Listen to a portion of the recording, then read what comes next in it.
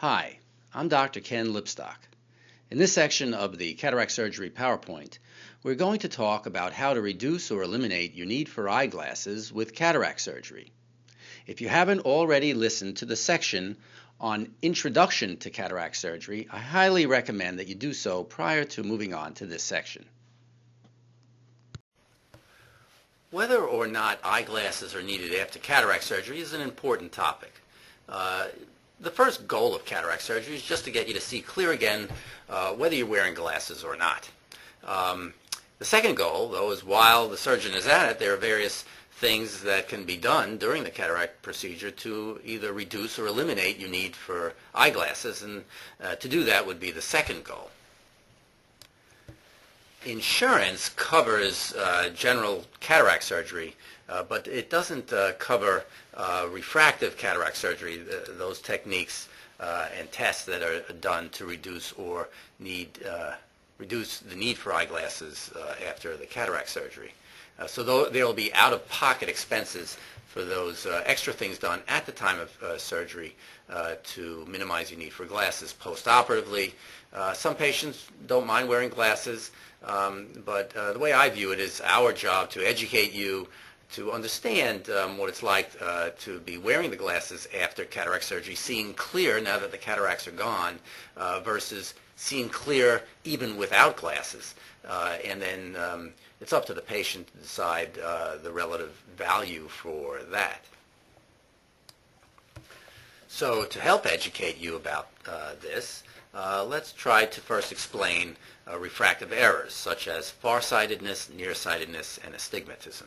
These are conditions that are correctable with either glasses, contact lenses, LASIK or PRK, generally referred to as laser vision correction, and or cataract surgery. In the nearsighted eye, the cornea and lens are too strong for the length of the eye, so the light comes to a focal point before it hits the retina, and thus the images are blurred.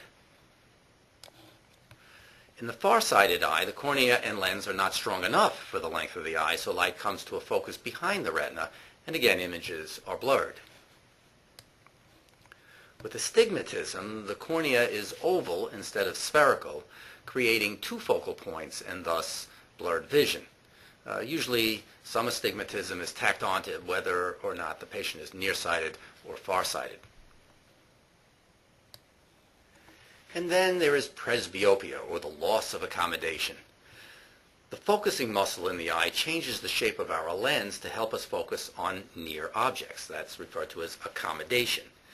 This ability gradually decreases after age 40. Even if you do not have nearsightedness, farsightedness, or astigmatism, near vision becomes increasingly blurry after age 40, and again that's called presbyopia. The limitations of standard intraocular lenses that are covered by insurance do not correct astigmatism. And the shape of those lenses cannot be altered by the focusing muscle, thus causing presbyopia. For astigmatism, there are two options to correct it at the time of cataract surgery. First one being limbal relaxing incisions, or LRIs. Here, one or two tiny relaxing incisions are made at the edge of the cornea at the time of cataract surgery to round out the oval shape of the cornea to decrease the astigmatism. The second option is a toric intraocular lens. This special intraocular lens has the astigmatism correction within it. If the patient chooses to have their astigmatism corrected at the time of cataract surgery, prior to the cataract surgery, we make very careful measurements of the astigmatism, and that helps me determine which of the two techniques I would recommend. What about the role of laser vision correction, like LASIK or PRK, at the time of cataract surgery, or actually usually somewhat after the cataract surgery is done? Let's say that even though very careful measurements are made, preoperatively, as we discussed, to help the surgeon calculate the best power intraocular lens to use for the individual patient, the measurements are not 100% accurate. We have the most state-of-the-art instruments to do those measurements, and they're very accurate, but not 100%. And so, postoperatively, if some significant residual nearsightedness or farsightedness or astigmatism remains, the patient can elect to fine-tune things with laser vision correction. And with laser vision correction, we can very accurately shape the cornea, not the intraocular lens, to reduce or eliminate the need for glasses. And your cataract surgeon, therefore, should be skilled in laser vision correction as a backup. I think that's really important. So when choosing a cataract surgeon, you should also be choosing someone who's skilled in laser vision correction, or at the very least can refer you to someone who is. So remember, the first goal of cataract surgery is just to see well with your glasses. The second goal is, while we're at it, we'll try to minimize your need for glasses. If you have astigmatism, we can correct that. And we can also try to make it so that not only can you see well at distance without glasses, but also at close. What I'm referring to now is the correction of presbyopia. And there are three options to do this: blended vision, multifocal intraocular lenses, and an intraocular lens known as crystal lens. Let's take a look at these three options.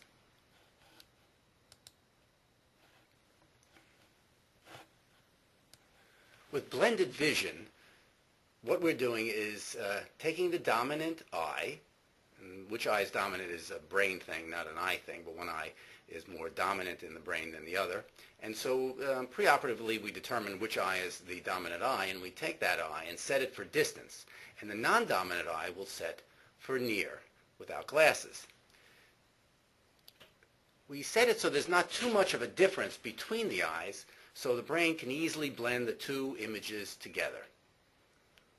The priority is on the distance vision, and we'll try to give as much near vision without glasses as we can get away with, but yet still having you see comfortably and have excellent distance vision. So to do that, again, priorities on the distance vision, and we're targeting for the non-dominant eye more computer, intermediate range, than sitting down and reading a magazine, even though you probably can do that, but it would be easier to wear a small power drugstore reading glasses for smaller print and in dimmer light. Another option is the multifocal intraocular lens. Here, half the light entering the eye through that multifocal intraocular lens is targeted for near, and the other half of the light is targeted for distance. Unlike with blended vision, instead of using a multifocal intraocular lens, we're using what we call a monofocal. All the light is targeted at one distance. You set it for distance or you set it for near. But with the multifocal intraocular lens, half the light in the same eye is going to distance and half is going to near. So each eye is seeing far and near. You get excellent near vision for small print with this approach. There is some difficulty, however, seeing at an intermediate range, such as with computers, because the near vision is set so you have to hold the material a little bit close, and you find yourself sometimes uncomfortably needing to come close to the computer. The other downside of the multifocal intraocular lens is that there is good distance vision, but it compromises the quality of vision, such as severe halos and poor contrast sensitivity. How about the crystal lens? This is a monofocal lens, but it is made so there is a little bit of movement to the lens when you're focusing at near. So, as it says here, it moves a little more from the action of the focusing muscle than a standard intraocular lens. Therefore, this movement gives some more intermediate vision than a standard intraocular lens, but not as good near vision as a multifocal intraocular lens. All the light is focused on one point because it's a monofocal lens, so there's no decrease in contrast sensitivity, but some patients experience severe halos. So what does the research show us when you put the different techniques head-to-head. Myself and my staff painstakingly collected data to evaluate this, and this was presented in 2011 to the large annual meeting, international meeting of the American Society of Cataract and Refractive Surgery. And here's what our results showed. With near vision, like books and ingredients for a recipe and that kind of thing, blended vision this is without glasses, using both eyes. They were seeing 20/25, which is very good, close to 20/20, reading near vision. With intermediate vision, they were seeing incredibly well, better than 20/20. This is at the computer, 20/18. So decent near vision for, let's say, a magazine, and excellent computer vision.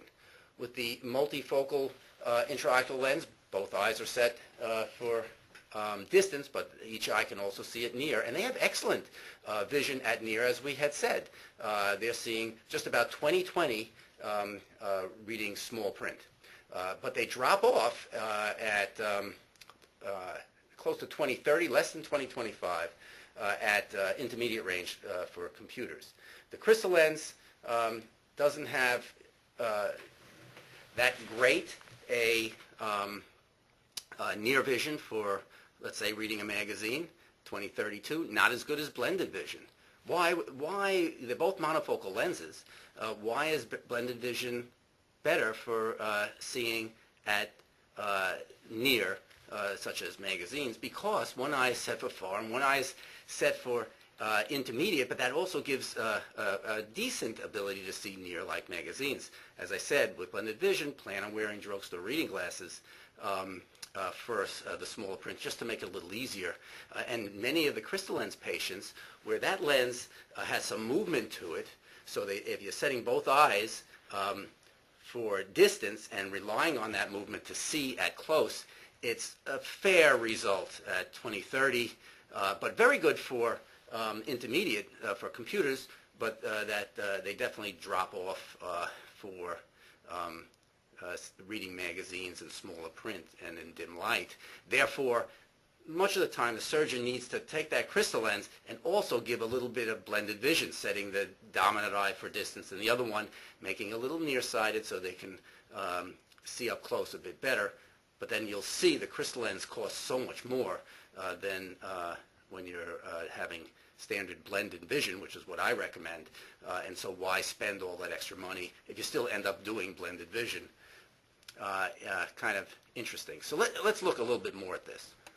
More than just what size letters you read on a eye chart, really the more realistic way of measuring the ability to see up close is with reading speed. When we tested people reading speed of newspaper-sized print, we had an interesting result. You need to know that 80 words per minute is the lower limit of comfortable reading. That's the standard for this research that has been set before. And so if you go to 80 words per minute or less, that's not very good. So look here, with blended vision, the patients were seeing newspaper-sized print, 179 words per minute, which was very good. Multifocals, as I said, do fantastic at near, have a little trouble at intermediate, and then the crystal lens, look, below 80 words per minute. And so, again, with crystal lens, you probably have to combine it with blended vision.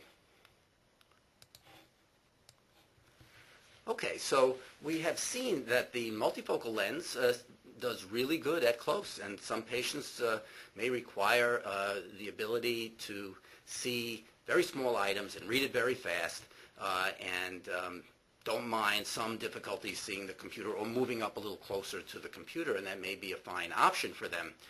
But there are some problems with the multifocal IOL in the quality of vision, and because of that, we see that only 94% of patients are fully satisfied with the multifocal lens. When we ask, would you have the procedure again, it's 94%, but with blended vision, 100%. Again, 100%, but they have realistic expectations beforehand that they're going to require some very low-power drugstore reading glasses for a little extra boost some of the time, but most of the time they're glasses-free.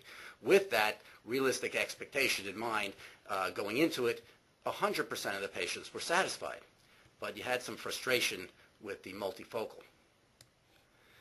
And again, with the quality of vision, we see with blended vision, night vision, did they have any extreme difficulty, we asked, and it's 0%. Did they have any difficulty driving in difficult weather? 0%. But with the multifocal implant, it's 2% with extreme, this isn't some difficulty, this is extreme difficulty. 2% say they have extreme difficulty with night vision. And, 2% is 1 out of 50 patients, not like it's 1 out of 1,000. And then you have driving in difficult weather. Look at that, 4% with the multifocal. With the crystal lens, what's been reviewed is the night vision, and that was 2%, very similar, extreme difficulty driving at night as to the multifocal. So you can see here, with 0 severe complaints with blended vision, that's why there's 100% satisfaction. I'm hesitant to say 100%. I'm sure there's somebody who might have some trouble, but we just haven't seen it when the targeted goal of the end prescription, the dominant eye set for distance and the non-dominant eye set for the computer, when that's reached, 100% is what we've seen. And remember, in those occasional cases where that's not obtained, that could always be perfected with laser vision correction afterwards. Now look at this. With blended vision, simply setting the dominant eye for distance, non-dominant eye for the computer, $350 per eye is what I charge. Multifocals, the going rate is about $2,000 out-of-pocket expense per eye, and the same for the crystal lens. Therefore, I feel strongly that the best option for seeing without glasses after cataract surgery is blended vision. Gives excellent quality of vision, excellent intermediate vision at the computer, good near vision with the magazine, but you may need a small power drugstore reading glasses to make it even easier. And it's much less expensive than the alternatives. Now, it's not to say that some patients who've had a multifocal or crystal lens are not happy, and there may be a good choice for some patients, but for the majority of patients, I recommend blended vision.